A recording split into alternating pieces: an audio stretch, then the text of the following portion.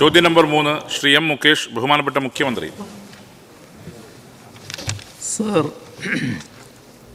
ABCD മുഖ്യമന്ത്രിയുടെ ദുരിതാശ്വാസ നിധിയിൽ നിന്നുള്ള ധനസഹായത്തിനായി 2016-21 5715 കോടി 92 ലക്ഷം രൂപയും 2021-26 2569 കോടി 15 ലക്ഷം രൂപയും ദുരിതാശ്വാസ നിധിയിൽ നിന്നും ചികിത്സാ ധനസഹായം ഉൾപ്പെടെ അനുവദിച്ചിട്ടുണ്ട്.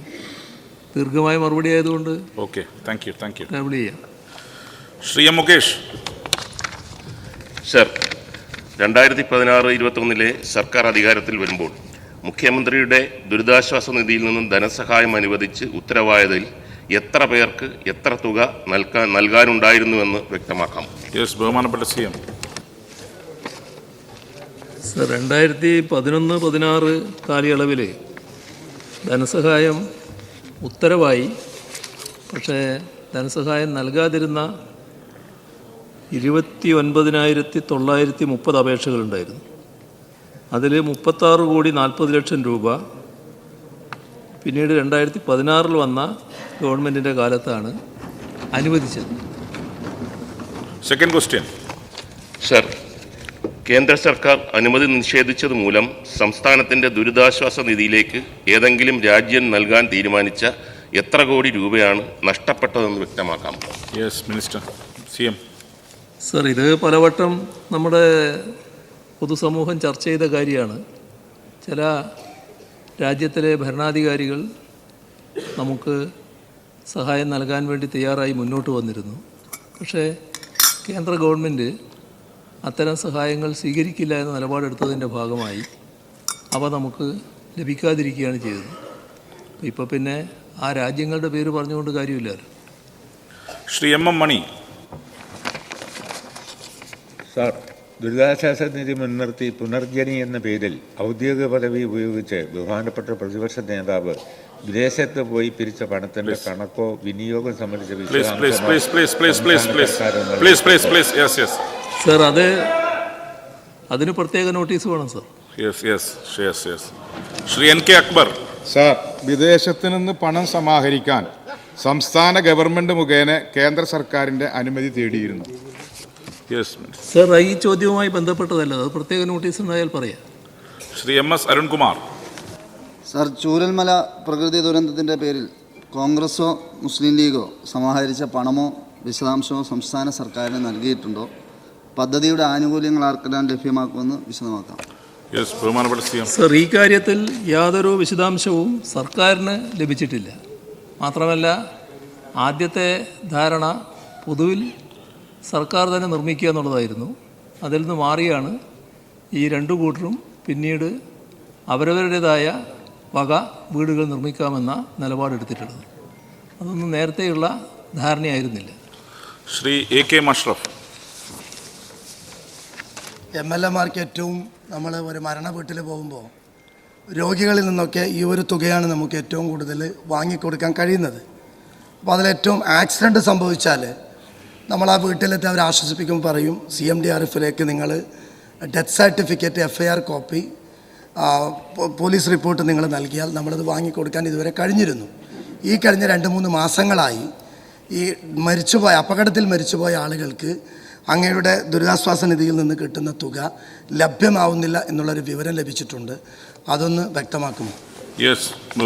സർ, ആക്സിഡൻറ്റ് സംഭവിച്ചാൽ ഇൻഷുറൻസിൻ്റെ തുക ലഭ്യമാകും സാധാരണഗതിയിൽ. എന്നാൽ ചില കാര്യങ്ങളിൽ ഇൻഷുറൻസ് തുക ലഭ്യമാകാത്തതുണ്ടാകാം.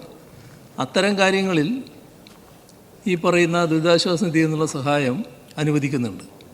മറ്റു കാര്യങ്ങളിൽ വലിയ കാലതാമസം ഇൻഷുറൻസ് തുകക്ക് വരുമെന്നുള്ളത് കൊണ്ടാണ് പരിക്ക് പറ്റിക്കിടക്കുന്നവരുടെ കാര്യത്തിൽ ചികിത്സാ സഹായം എന്ന നിലക്ക് തുക അനുവദിക്കുന്ന നില എടുത്തിട്ടുള്ളത്. ശ്രീ സിദ്ദിഖ്. സർ, അവയവ മാറ്റങ്ങൾക്ക് CMDRFിൽ നിന്നും നൽകുന്നതായിരിക്കുന്ന തുക മാക്സിമം ലിമിറ്റ് 3 ലക്ഷമാണ്. സർ, അവയവ മാറ്റങ്ങൾക്ക് നമുക്കറിയാം കേരളത്തിൽ വലിയ രീതിയിലുള്ളതായിരിക്കുന്ന തുക വരികയും സാധാരണക്കാരായ ആളുകൾക്ക് അത് അഫോർഡ് ചെയ്യാൻ പറ്റാതെ വരികയും ചെയ്യുന്ന സാഹചര്യമുണ്ട്. ചില കേസുകളിൽ വളരെ വലിയ ഭീമമായ തുക, നമ്മളൊക്കെ MLAമാരാണ്, നമ്മുടെയൊക്കെ മുമ്പിൽ ഓരോ പ്രശ്നങ്ങൾ വരുന്ന സമയത്ത് വലിയ ഭീമമായിരിക്കുന്ന തുക വരുന്നതായിരിക്കുന്ന സാഹചര്യമുണ്ട്. സർ, അത്തരം കാര്യങ്ങളിൽ ഈ മാക്സിമം ലിമിറ്റ് എന്നുള്ളത് 3 ലക്ഷം എന്നുള്ളത് എടുത്തു മാറ്റാനും ആവശ്യമായിട്ടുള്ള തുക മുഴുവൻ നൽകാൻ ആവശ്യമായിട്ടുള്ള നടപടികളിലേക്ക് കടക്കാനും സർ അതിൻ്റെ കൂടെ ഒറ്റ കാര്യമുള്ളൂ സർ 2 കാര്യത്തിന് ഇപ്പോൾ CMDRF നിർബന്ധമാണ്. 1 ലക്ഷത്തിൽ കൂടുതൽ രൂപ ചെലവഴിക്കണമെങ്കിൽ അവിടെ ബില്ലും അതുപോലെ ഡിസ്ചാർജ് സമ്മറിയും രണ്ടും നിർബന്ധമാണ്. സർ, അത് 1 ലക്ഷത്തിൽ കൂടുതലുള്ളതായിരിക്കുന്ന തുകയ്ക്ക് നിർബന്ധമാക്കുന്ന അതേ സമയത്ത് തന്നെ 1 ലക്ഷത്തിൽ താഴെയുള്ളതായി 1 ലക്ഷത്തിൽ കൂടുതൽ തുക വരുന്നതായിരിക്കുന്ന ചികിത്സകളുണ്ട്, അവർക്ക് ഡിസ്ചാർജ് സമ്മറി ഉണ്ടാവില്ല. അത്തരം കാര്യങ്ങളിൽ സർക്കാരിന്റെ ഒരു ദയാപൂർവമായിട്ടുള്ള നിലപാട് ഈ രോഗികളോടും ആളുകളോടും ഉണ്ടാവുമോ എന്നുള്ളത്. ബഹുമാനപ്പെട്ട CM. സർ, ബഹുമാനപ്പെട്ട അംഗം ഉന്നയിച്ച ഒരു പ്രശ്നം നമ്മുടെ സമൂഹത്തിൽ ഗൗരവമായൊരു കാര്യമാണ്. പല ഇതുപോലുള്ള കാര്യങ്ങൾക്കും വലിയ ചികിത്സാ ചെലവാണ് വരുന്നത്. അവയവമാറ്റം മാത്രമല്ല, മറ്റ് തരത്തിലുള്ള ചികിത്സകൾക്കും വലിയ തുക ചെലവഴിക്കേണ്ടതായി വരുന്നുണ്ട്. അങ്ങനെയുള്ള തുകയാകെ നമുക്ക് അനുവദിക്കാൻ കഴിയാത്ത സാഹചര്യമുണ്ട്. അത് ഗൗരവമായ പ്രശ്നമാണ്. അതിന് നമ്മൾ മറ്റു വഴികൾ കാണേണ്ടതായിട്ടുണ്ട്. ഇപ്പോഴത്തെ അവസ്ഥയിൽ സർക്കാരിന് ആ മുഴുവൻ ബാധ്യതയും വഹിക്കാൻ കഴിയുന്നതല്ല. എന്നാൽ എങ്ങനെ ഈ പ്രശ്നം പരിഹരിക്കാനാവും, അതിന് എന്ത് മാർഗങ്ങൾ സ്വീകരിക്കണം, അതുമായി ബന്ധപ്പെട്ട് കൂടുതൽ വിശദമായ കാര്യങ്ങൾ നാം എല്ലാവരും ചർച്ച ചെയ്യേണ്ടതുണ്ട്. സർക്കാർ ആ കാര്യം ഗൗരവമായി പരിശോധിച്ച് വരുന്നുണ്ട്. പ്രത്യേകമായ ഇൻഷുറൻസ് രീതികൾ ഈ കാര്യത്തിൽ പ്രായോഗികമാണോ എന്നുള്ളതടക്കം സർക്കാർ ഗൗരവമായി പരിശോധിച്ചുകൊണ്ടിരിക്കുകയാണ്. അതോടൊപ്പം ബഹുമാനപ്പെട്ട അംഗം ഉന്നയിച്ച പ്രശ്നം അത് പരിശോധിക്കാവുന്നതാണ്. Shri N. A. Nellikkunnu. Sir, മാരകമായ രോഗങ്ങളുമായി മല്ലിടുന്ന ആളുകൾ നേരിടുന്ന പ്രയാസങ്ങൾ തീർച്ചയായും നമ്മെ എല്ലാവരും വേദനിപ്പിക്കുന്നതാണ്. ഇപ്പോൾ അതുമായി ബന്ധപ്പെട്ട പല ഫയലുകളും മാസങ്ങളോളം കലക്ട്രേറ്റുകളും വില്ലേജസും കെട്ടിക്കിടക്കുന്നുണ്ട്. ഇപ്പോൾ ഉദ്യോഗസ്ഥന്മാർ പറയുന്നത് ഞങ്ങൾക്ക് വേറൊന്നും നോക്കാൻ സമയമില്ല, SIR ആണ്. അപ്പോൾ ഈ ഫയലുകൾ നോക്കാൻ ഒരു പ്രത്യേക സംവിധാനം ഏർപ്പെടുത്തും. ബഹുമാനപ്പെട്ട CM. സർ, ഞാൻ ആദ്യ ഭാഗം കേട്ടപ്പോൾ ബഹുമാനായ അംഗം ഈ കാര്യങ്ങൾ കൃത്യമായി ഫോളോ അപ്പ് ചെയ്യുന്നയാളാണല്ലോ, എന്താണൊരു നിശ്ചയമില്ലാതെ പറയുന്നതെന്ന് തോന്നിയിരുന്നു. രണ്ടാമത്തെ ഭാഗം വന്നപ്പോൾ ക്ലിയറായി. അതിപ്പോഴത്തെ ഒരു പ്രത്യേക സാഹചര്യം കൊണ്ടാണ്. SIRൻ്റെ ഭാഗമായി നമ്മുടെ റവന്യൂ ഇതിലൊക്കെ മുഴുവൻ ആളുകളും അതിൻ്റെ പിന്നാലെ ആയിപ്പോയി എന്നൊരു അവസ്ഥയുണ്ടായിട്ടുണ്ട്. അതിൻ്റെതായ ചില പ്രശ്നങ്ങളുണ്ടായിട്ടുണ്ടാകും. അത് താൽക്കാലികമായിട്ടുള്ളതാണ്. പെട്ടെന്ന് തന്നെ കൊടുക്കാനുള്ള നടപടികളാണ് സ്വീകരിച്ചു വരുന്നത്.